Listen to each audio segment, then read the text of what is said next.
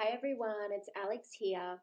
So, in my vlog today, I'm going to be talking about one of the major barriers that people face when they are looking at getting some mental health treatment.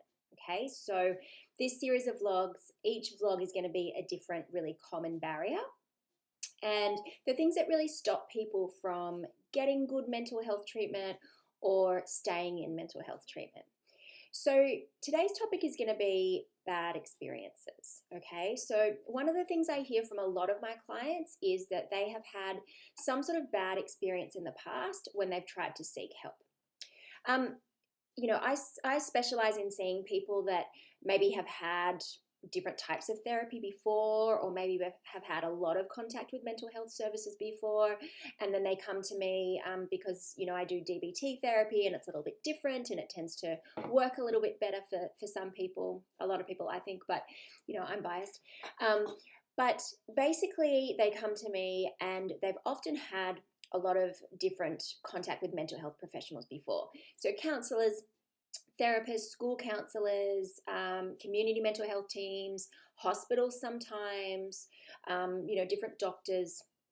And, they'll come to me and they'll say, look, I've had all this treatment before, or I've, spoken to all these people before and nothing's gotten better. And actually, it was actually a horrible experience. I didn't feel any better, and sometimes it even made them feel worse. So it's not uncommon for some of my clients to say that they were in mental health treatment before, or they were going to counseling, and they, after 2 or 3 sessions, found that they were actually feeling worse than when they started.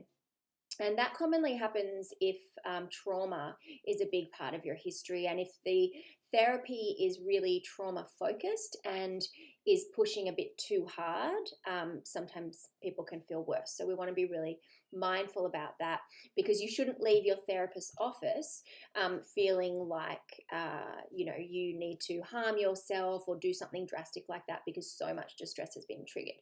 Therapy is hard and it can be confronting, and it's normal to feel quite kind of emotionally, I guess, a bit raw after a session.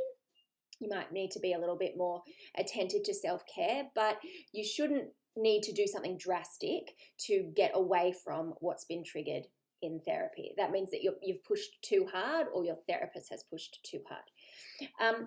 So what if you've had a bad experience? Maybe you've seen a counselor and it wasn't a good click. Maybe you've had contact with mental health professionals or counselors where you felt really invalidated or criticized or judged, right? Which is a really horrible feeling when you're taking that big, brave step to get help.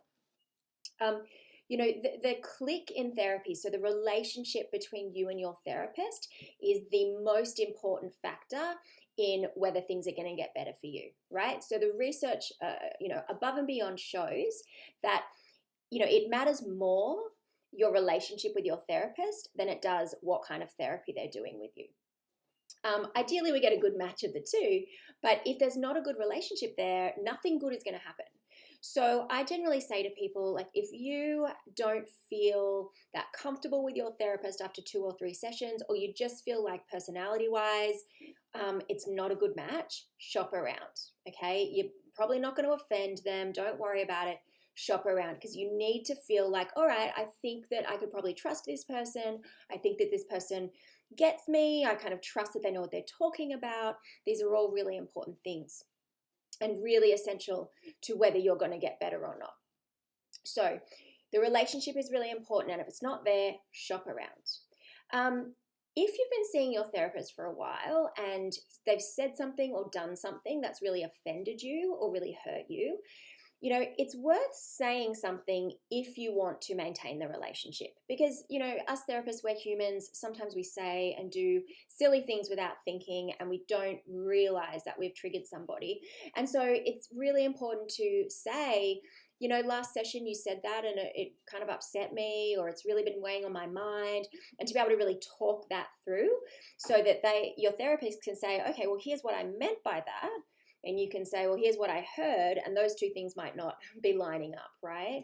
So if you've got a good long-term relationship, don't just bail, say something and see if it can be worked out. But if it's a brand new person, you've only seen them a couple of times, I wouldn't bother. Just shop around. ask family and friends for recommendations. All right. So, again, you might not get that click with everyone they recommend, but it's going to give you a good gauge as to whether somebody's any good. Right.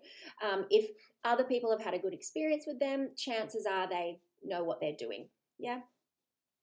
Um, if you've had a few bad experiences, particularly, clients I know who have been with public mental health services or been in hospital, sometimes those experiences can be quite traumatic. Often people will, end up in hospital if they're really, really acutely unwell, which is obviously a super distressing and upsetting time for them. That can put them off further treatment. It's important to recognize that what we do in one-on-one therapy is not the same as a crisis intervention, okay? It's completely different. The hospital environment, is as therapeutic as it can be, but it's not really therapeutic. It's containment and it's safety focused. Whereas in individual therapy, we're really working on what are some of the underlying things that we can shift and move so that you can actually move forward.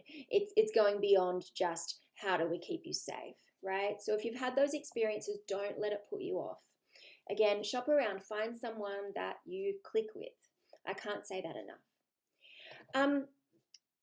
Also, if you've had previous bad experiences and you're going to see a new therapist, tell them about it. Okay, I'll often ask my clients because it's such a common thing, but tell them, say, I've had counseling before and this is how it went. This is what worked, this is what didn't work, or this is what I'm afraid of. If you've had counseling before and it was like really distressing, let your new therapist know that so they can be really mindful about, okay, well, let's not do that again. Let's do something slightly different. When I work with clients with a trauma background, I always err on the side of caution. I don't want them over triggered in sessions because I don't want them, leaving and feeling worse and having to do a bunch of avoidance behaviors. But we want to trigger enough stuff so that we can be working with it and processing it, right? We need to do some work with it. So, we're aiming for this little kind of sweet spot where we're processing enough, but we're not overwhelming. And hopefully your therapist is tuned into your body language and your responses so they know where you're at in that sweet spot, whether we've overshot it or not. But if not, tell them, right? So if it's, way too triggering, or if after a session you feel really overwhelmed, let them know so they know that, okay, let's not do that again. Let's alter it a little bit. Let's change tact. Let's do something else. Okay. So the takeaway message is, don't give up. Whatever you do, don't give up. There is the right person out there for you. There's the right counselor out there for you who will totally get you and will be a really great click and a really great relationship. So, you might have to try 2, 3, 4, maybe even people. But ask around, ask for recommendations, suss people out before you see them. Do as much homework as you can, but really be guided by your own feelings. And if it doesn't feel right, try somebody else. Okay, it's really important, and you deserve to feel the way you want to feel in your life. So I hope that's helpful, guys. Like I said, I'm going to be posting some more videos about different barriers to getting good treatment. So I'll catch you later. Bye.